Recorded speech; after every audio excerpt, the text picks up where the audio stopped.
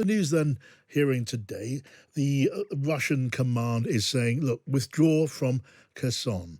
So I guess it is official. The order seems to have gone out. What are your thoughts on that?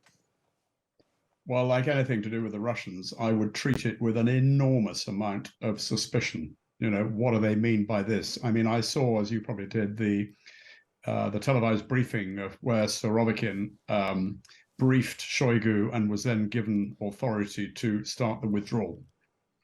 So I think we've got to be very suspicious. I think the Ukrainians are absolutely right to be leery that this is a ruse, a deception, that they're being drawn into a trap.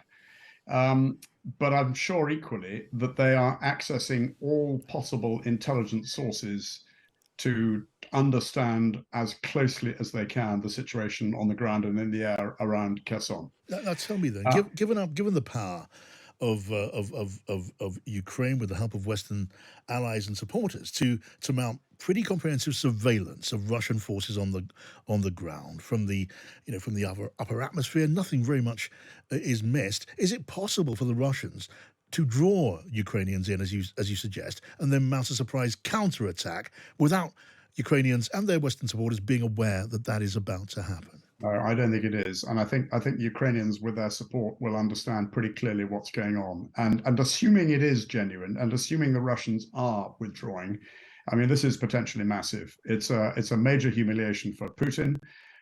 It's a strategic victory for Ukraine. It will guarantee Ukraine manages to hold and regain the Black Sea coast, which has been under Russian domination. And of course, it brings their weaponry and long-range missiles in range of Crimea. So this is massive. And also, I mean, if I was sitting in a Ukraine bunker at the moment, a command center at the moment, I think the Ukrainians will be looking to follow up and exploit as much as possible if it is a withdrawal. Right. So far more than a symbolic victory, we're talking about a big tactical and strategic win here, which means that the Ukrainian dream of regaining and liberating Crimea, that could become that much more real, which raises the question, those who want to see, the two sides get back to the negotiating table, which includes some of Ukraine's friends, that may be receding as a possibility, not getting closer. Well, we have to be clear about the negotiation. Any thought of negotiation is meaningless in a way. And firstly, of course, it's up to President Zelensky and the Ukrainian government. It's their war, and they have had a significant amount of their country despoiled, destroyed, massacred, abused, raped, you name it. And it's absolutely right that they should seek to get the Russians out of their own country. Yeah. It's up to us to provide the support necessary. But equally, any hint of negotiation will be exactly what Putin is looking for, because it will mean he can hang on to bits of what he's got. And make no mistake, his longer term aims and the aims of any ultra-nationalist following Putin will be to continue the war, continue to try and rebuild a Russian empire, and to wipe Ukraine off the map. So I'm afraid it'll achieve nothing. That's a really interesting perspective. And I say that because I was speaking to your former colleague, General Lord Richards, a former chief of the defence staff, as you know. He was taking a different tack and arguing that, look, the winter is going to be long and bloody. And it makes sense now to be thinking in terms of some sort of peace, which would perhaps put Crimea on the table. You're saying that's not realistic and it's not right in principle. Well, we differ on that one. I'm afraid I'm afraid I'm absolutely adamant that it will achieve precisely nothing. And all it will do is allow Russia to regain, rebuild, regenerate, retrain, and have another go. The bottom line is this: there will not be peace in Europe while Putin or a Putin lookalike is in the Kremlin, and we have to recognize that. And the so what out of that is that we are going to have to fight a second Cold War to prevent a third world war. And we need to knuckle down and be prepared to make the sacrifices.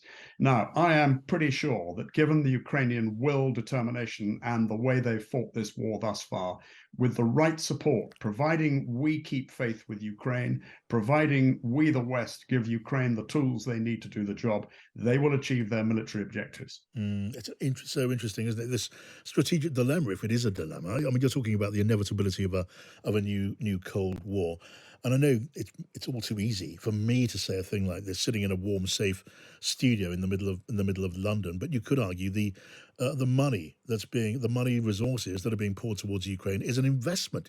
If our defence budget is about keeping this country safe, well, then money that's invested in weakening a potential enemy, you could say, is money well spent. Well, it is money well spent because ultimately Ukraine's security is Europe's security, and we have to think pretty carefully about a security structure for Ukraine once the shooting stops, as it will when the guns go silent. And my view is that Ukraine has got to become part of NATO. But I think also, coming back to the withdrawal from Kherson, if it is a withdrawal, if the Ukrainians can capitalize on it, it's a major defeat for the Russians. And this sends a pretty powerful signal, frankly, that the weaponry, the ammunition, the training, the money that's been poured into Ukraine to support them is money well spent because they're doing good things with it. And it sends a really powerful signal, I think, to donors to Ukraine to keep going because the Ukrainians are making the best use of it.